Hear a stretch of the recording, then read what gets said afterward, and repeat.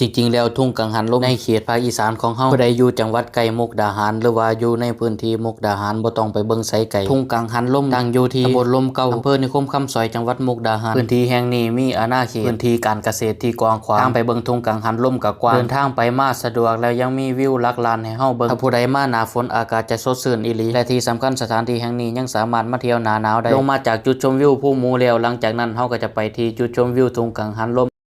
ขี่ย้อนกลับคืนมาถนนใหญ่ต่อไปจุดมุ่งหมายของเฮาก็จะเป็นทุ่งกังหันลมอยู่มุกดาหาร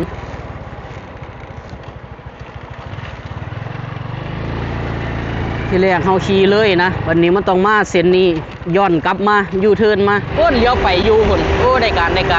ไปลุยต่อเหลืออีกประมาณ16กิโลเหลืออีกประมาณ11กิโลก็ฮอดแล้วโอ้หันเดบ่แม่นวัดอันนี้บ่ผู้ลมขุมมาฮอดนี่ก็ใกล้แล้วโตทุ่งกังหันลมก็เข้ามาใกล้เข้าไปเรื่อยๆนะตอนนี้เฮาก็อยู่หมู่บ้านหนองลำดวนโอ้แต่ว่ามาทางนี้วิวงามแล้วครับเดี๋ยวไปเห็นหน้าผาว่าให้อยู่ข้างหน้าเฮาได้ทางขึ้นครับมีทางขึ้นอยู่เดี๋ยวถ้าเวลามันทันเนาะเฮาก็จะขี่กลับคืนมางามอีหลีว่าเฮ้ขึ้นไปทางใดวะ GPS คืออันนี้แล้วฮะเลยมาแล้วบ่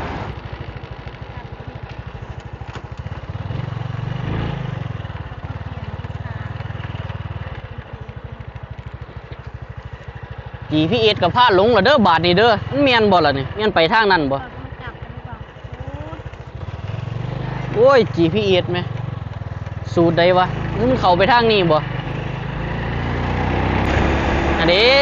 มันมีป้ายบอกอยู่ว่าทางคุณคือบ่เห็นวะบ่แม่นป้ายมันอยู่บ่หันบ่นี่มันมีทางขึ้นอยู่นี่วัดดานพระอินทร์อ๋อไปมาฮอดตรงนี้โอ้โหทางค่อนข้างที่จะสั้นนะโอ้หมู่บ้านอันนี้ก็เป็นหมู่บ้านที่แบบว่าอยู่ภูเขาอ่ะเอายังไงอยู่ทั้งภูอ่ะเขาเจ้าเห็นอยู่ทั้งภูเลยทรายนี่บ่โอ้ฮอดทรายนี่แล้วปั๊บไปต่อบัดนี่โอ้หันดิใกล้เข้ามาเรื่อยๆแล้ววะมาทางนี้ก็มีแต่สวนยางวะสวนยางหลายคักอยู่ฝั่งซ้ายมือของเฮาเนี่ยมันสิเป็นกังหันลมมันเลี้ยงกันเลยนะแต่ว่ามันเลี้ยวไปบ่เห็นติดสวนยาง โอ้เลี้ยวไปเบิ่งนี่โคตรงามว่ะ อีเข้าไปอีกไกลบ่เคยมาอยู่บ่โอ้นี่ว้าอันนี้ก็เป็นมองผลิตไฟฟ้านะโรงไฟฟ้านี่ดิโรงพลังงานไฟฟ้าไม่โรงไฟฟ้าพลังงานลมว่าซะก็สิเป็นแท็กซี่แล้วเนาะอยู่อันหยังก็เหมือนเขาใหญ่เทียงเลี้ยวก็กว้างดีอยู่ไปเดี๋ยวไปเฮามาฮอดนี่ก็เป็นทางจีหินโอ้โหสวยงามมะลีวะงามจังสิมันก็เป็นทางมานี่อยู่เห็นว่ากระไดเนาะอยู่ข้างเทิงก็มีแต่สวนยางเด้มาอยู่ใกล้ๆนี่แบบโคตรใหญ่อ่ะมันบ่แม่นน้อยๆเด้นี่ใหญ่อีหลีวะแต่ว่าก็ขี่เลาะไปเรื่อยๆเฮา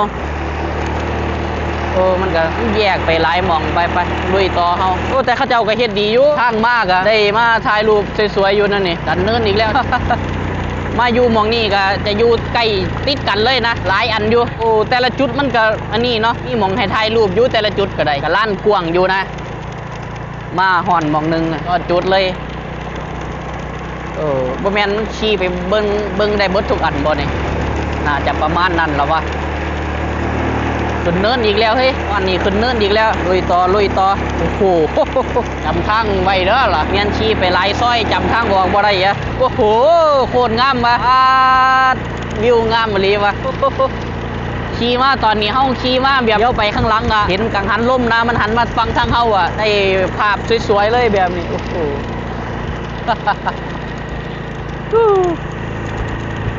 กังหันลมอันนึงนี่บ่แม่นน้อยๆเด้นี่บ่ใหญ่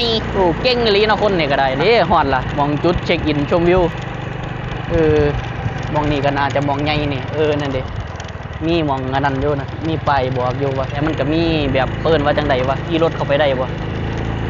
สิขี่เลาะเข้าไปได้อยู่เนาะเดี๋ยวเฮาสิพาขี่เลาะเข้าไปเรื่อยๆนะเลาะให้เบิ่งเบิดทุกอันรถเป็นหยังล่ะโอ้แต่ว่าวิวงามเว้ยแถวนี้เป็นสถานที่ท่องเที่ยวทุ่งกังหันลมที่เฮาสามารถขับขี่รถไปใกล้ชิดติดกับกังหันลมได้เลยโอ้ทางที่เข้ามากะมันเป็นป่าเอิ้นว่าป่าอ้อยอ่ะเต็มที่เลยอยู่นี่มีแต่ป่าอ้อยงามสวยหรูดูบ่จืด อันนี้มาฮอดนี่แล้วอ้อหอยโคตรสวยอ่ะครับ FC ฐานบางใหญ่อ่ะเป็นอันนี้ตัวนี้เนาะโอ้ยบ่แม่นธรรมดาเด้นี่เฮ้ย เสาบางใหญ่มีกล้องวงจรปิดอีกต่างหากกล้อง CCTV ว่าสั่นเพิ่นว่าขี่เลาะไปเบิ่งทุ่งกังหันลม กว้างเนาะงามเบิ่งวิวดิเฮ้โคตรงามบ่เฮ้วิวโคตรงามบ่โอ้ทุ่งกังหันลมบักกว้างเลยเนี่ยแต่ว่าตอนนี้นักท่องเที่ยวก็มาหลายคือกันนะถ้าเจ้าก็มาเที่ยวมาเบิ่งชมวิวคือกันกับเฮานี่ล่ะนี่ เขาก็มาถ่ายรูปเนาะโอ้ได้การวะนี่จุดนี้แห่งงามเนี่ยจุดนี้โคตรงามเลยแหละนี่สวยได้การขึ้นมาบ่ผิดหวังอะไรวะตอนจังสี่นะแม่มจังเมียนเนาะเห็นเนาะ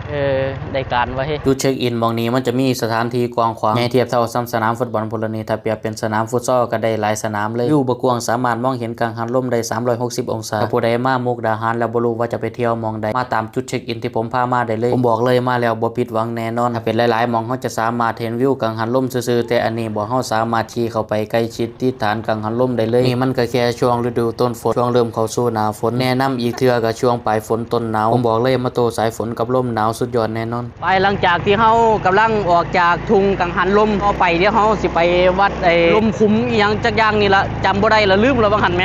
ขนาดชี้ผ่านบางหันก็ลืมละเดี๋ยวเฮาจะไปวัดอันนั้นต่อนะ